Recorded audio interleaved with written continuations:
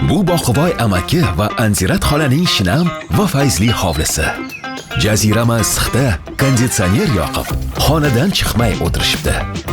Aksiga olib, quyosh tafti uyning tomidan ham, devorlardan ham uryapti.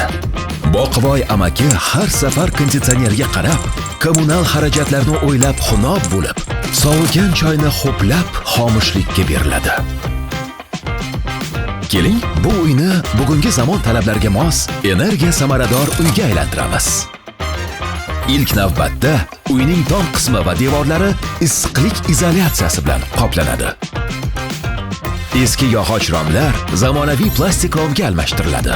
Issiqni va sovuqni o'tkazmaslik uchun oddiy lampochkalarni ham LED lampochkalarga o'zgartiramiz. LED lampochka uyni isitmaydi, yorqin nur sochadi, 10 karra ko'p ishlaydi, kam xarajat talab etadi. Tomga quyosh paneli, gelio kollektor o'rnatamiz. Quyosh paneli tabiiy quyosh nurini elektr energiyasiga aylantiradi va chiroq yetkazadi.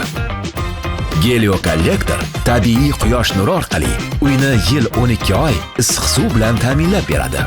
U bir marta o'rnatilsa, shu bilan issiq suv uchun xarajat qilishga hojat qolmaydi. Ana endi Boqivoy amakining uyi to'liq yashil ta'mirdan chiqib, yangi ko'rinishga ega bo'ldi.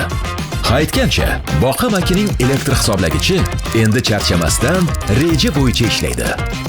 Energiyani tejash oson, foydasi esa katta. Energiya samaradorligi cho'ntagingizni barakasi degani. Energiya samaradorligi farzandlarimiz yashil kelajagiga yo'l.